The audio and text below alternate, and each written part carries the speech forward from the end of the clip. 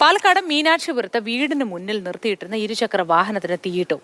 കന്നിമാരി കുറ്റിക്കൽ ചള്ള സ്വദേശി ഭക്തവത്സലന്റെ വാഹനമാണ് രാത്രിയിൽ അജ്ഞാതൻ കത്തിച്ചത്.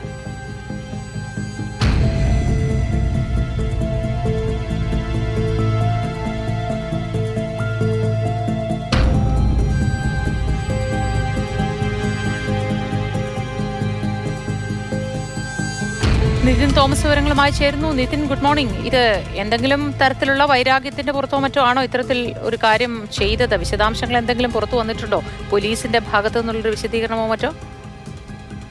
Moti, good morning. ഇപ്പോൾ നമുക്ക് പോലീസിന്റെ ഭാഗത്തു നിന്ന് ലഭിക്കുന്ന ഒരു വിശദീകരണം എന്ന് പറയുന്നത് ഇത് ആരാണെന്ന് കണ്ടെത്താൻ സാധിച്ചിട്ടില്ല.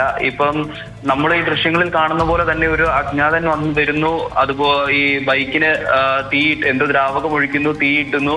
ഇതാണ് നമുക്ക് കാണാനുള്ളത്. പെട്രോളോ മണ്ണെണ്ണയോ എല്ലാം ആയിരിക്കാനാണ് സാധ്യത. അപ്പോൾ അതെല്ലാം ശാസ്ത്രീയ പരിശോധനയിലൂടെ മാത്രമേ ലഭിക്കുകയുള്ളൂ. അതുപോലെ തന്നെ ഇദ്ദേഹം മുഖം മറച്ചിട്ടുണ്ട്. അതുകൊണ്ട് തന്നെ ആരാണ് ഇത്തരത്തിൽ തീ ഇട്ടിരിക്കുന്നതെന്ന് അറിയില്ല. ഇനിയിപ്പോൾ ഈ